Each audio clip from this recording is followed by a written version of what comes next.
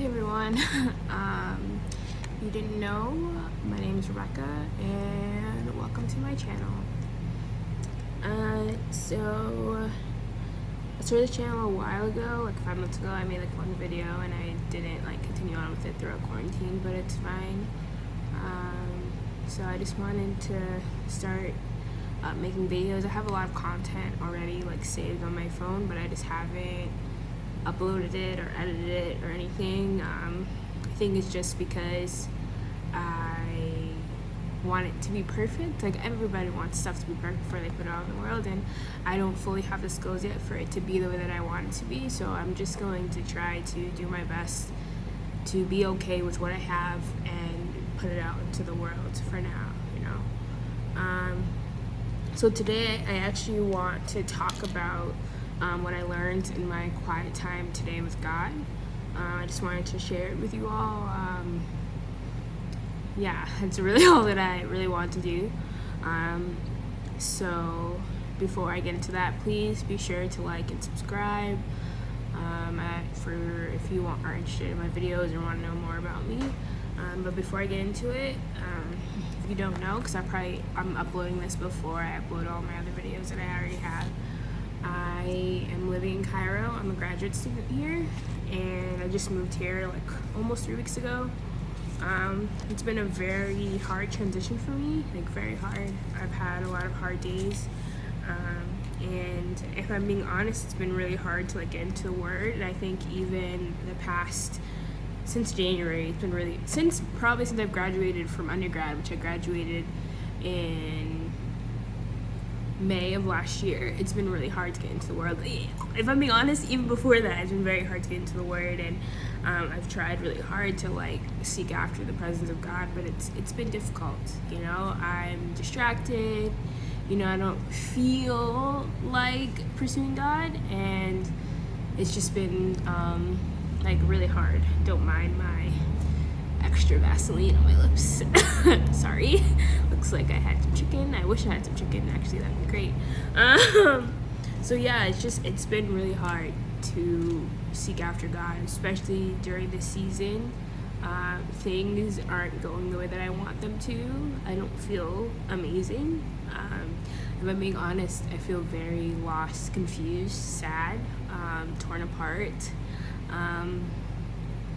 It's really hard, and I moved to Cairo from my home, which I'm from Massachusetts in the States, so it's been a hard transition, and I miss my friends, I miss my family, I miss home, I just miss the luxuries that I had there, and I miss my norm. And I don't think I realized when I came here how much I would miss my norm. And it's just been very difficult. And yeah, I just think this video is just to kind of encourage people who feel like they're outside of their norm, who are outside of their norm, who are uncomfortable right now, where they're at.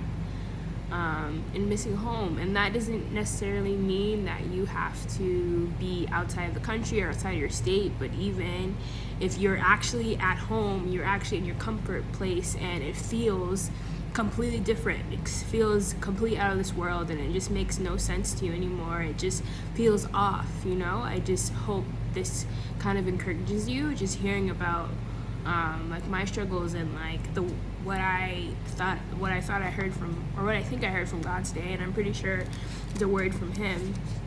I just hope this encourages you, and it's nothing elaborate, nothing crazy. I'm not a theologian. I'm really just somebody who's known God for a long time, but still feel like a baby in the faith, and I'm just interested in learning more about Him and interested in growing. And I think people seeing me grow will also help them to grow, to know that even if you grew up in church, which I did, you can still feel like a baby. You can still not know a lot. You can still not feel like you're experiencing God the way that you're supposed to, and that's okay. This is a journey, and just gotta keep pushing forward, to keep taking those steps forward, even if they're small. So today, I was doing my quiet time or just spending time with God, and I've been reading through Luke. So I'm in Luke 9, and the section that really stood out to me today was Luke 9:20, and which says, "Then he asked them, 'But who do you say I am?' And Peter replied, 'You are the Messiah sent from God.'" Prior to this, in verse 18, it says, "One day Jesus left the crowds to pray alone. Only his disciples were with him, and he asked them, 'Who do people say I am?' 'Well,' they replied, 'some say John the Baptist, some say Elijah, and others say you are one of the other ancient prophets risen from the dead.' Then he asked them, 'But who do you say I am?' Peter replied, 'You are the Messiah sent from God.'" Before I talk, I just want to pray real quick. Lord, I just pray as I speak that they'll be your words, and whoever is listening, God, I pray that this will touch them, or I pray that they'll begin to think and question what I have to say and have it mean something to them. In your name we pray, amen.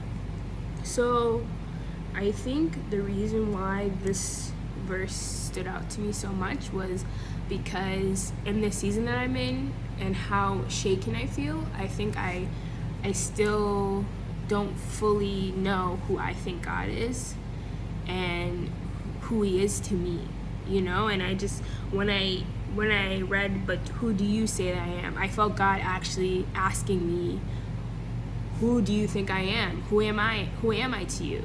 Who am I during this time? Who am I in your sadness? Who am I in your confusion? Who am I in your pain? Who am I? Who am I when you're feeling lost and confused? Who am I? And it's interesting how God first asked Peter, who does everybody else say that I am? What are these things that people say that I am, or who do people think that I am, or what qualities do they connect with me? And Peter says them, so that makes me think, who do my parents think God is? Who do my friends think God is? Who do the pastors and the preachers and my mentors know? Who do these people say that you are? And then it has to end with, who do I think that you are? Because everybody else might have a different perception on who God is, but at the end of the day, it really matters who you think God is. And it's very easy to assume other people's opinions and assume other people's feelings and think that that's what you believe, but it's also very possible that you actually don't believe that for yourself. You're just believing it because that's what everybody says to believe, and it's very interesting, even as I'm fleshing this out on camera, that it's wow. Even coming to Cairo, people always kept saying to me, "Oh, God's in control, God got you, God's good." And honestly, I still believe that. I still believe that God is in control. I'm about to turn off my AC. It's probably really loud. And I believe that too. I was probably number one saying that I don't really know what God has for me in this season, but I know that he's in control and I know he's guiding me, But even when it didn't come to God, my dad would always say, "You're fine, just go, you'll be fine." You know what I mean? And I was "Yeah, I'll be fine." My dad says I'm fine, so I'm fine, But did I really believe that? Because I felt if I really believed that, right now I wouldn't feel so shaken, Right now I wouldn't feel so lost, And it makes me think, if I really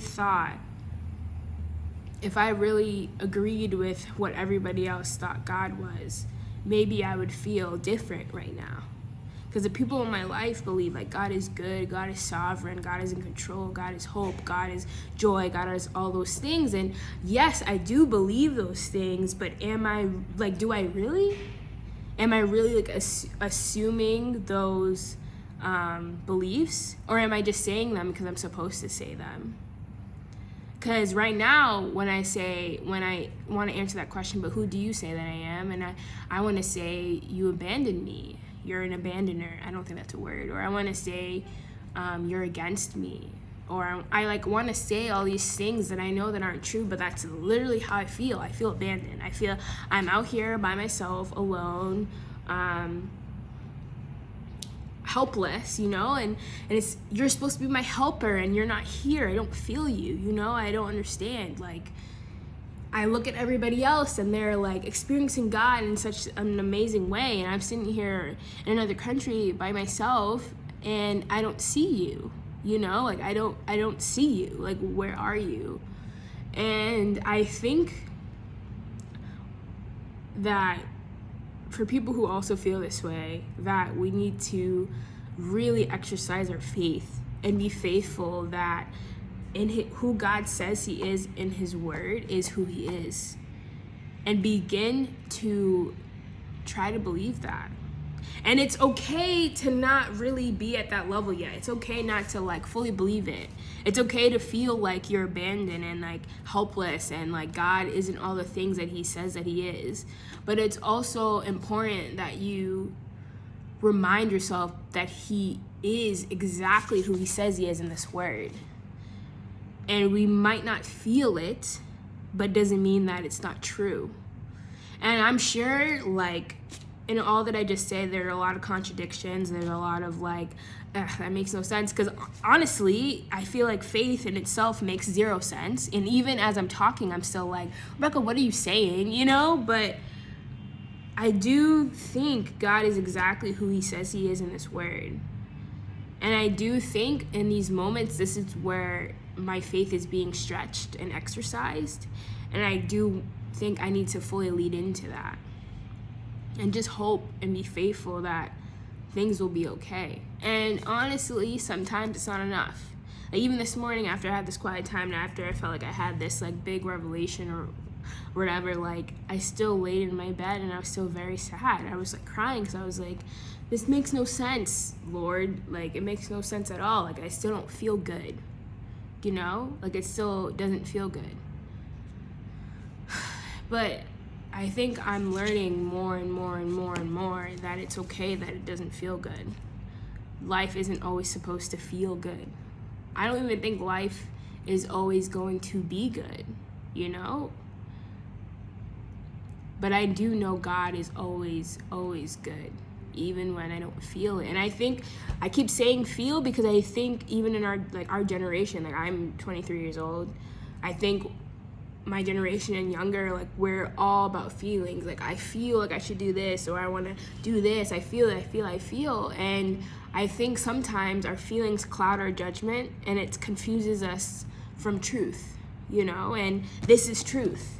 And a lot of times I don't feel like opening this. I don't feel like praying. I don't feel like worshiping. Like, sometimes I put my songs on that I love to worship to, and I'm like, I'm not feeling this right now.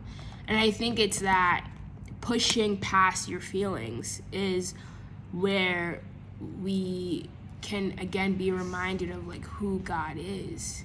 And that's when we can fully begin to get a concrete definition as to who God is to us. It's like pushing past that feeling barrier, pushing past that, oh, well, this is who God says, this is who other people God says, this is what, this is like push. I wish I knew how to edit it because I would just edit that right back, but I don't know yet, so hopefully it'll come soon. But what I mean to say is pushing past who other people say that God is to discover it for ourselves. And I really think that relationship with God is probably the best journey that anybody could begin on. I think people my age are all about like finding themselves and like looking for new opportunities, trying to figure out like who they are and where they belong. But I think the journey towards Christ does that as well. Even more so, I think as we pursue Christ, we also find out who we are. So when we find out who God is to us, we will also fully find out who we are to ourselves. And it's weird to think that way, but I think that's very much true. Yeah, so I just want to, again, like, leave you with this question, like, who is God to you? And if you don't know, that's fine. But I just hope you take the time to figure that out, like I am. And just know,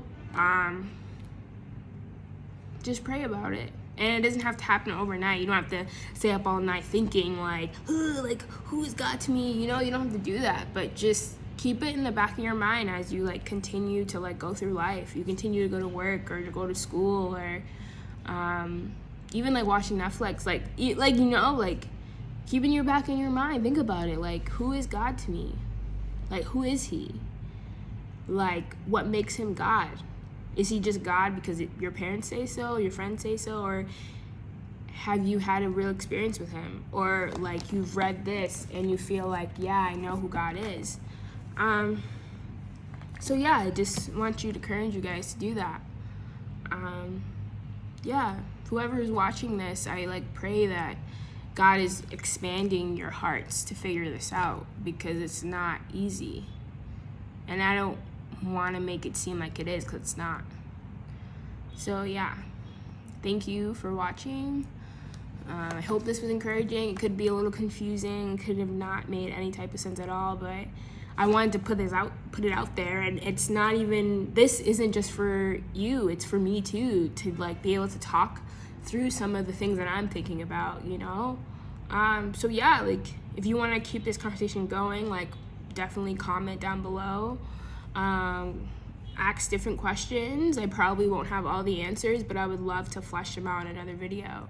So yeah, thank you for watching. Again, please subscribe, comment, like, whatever, message me.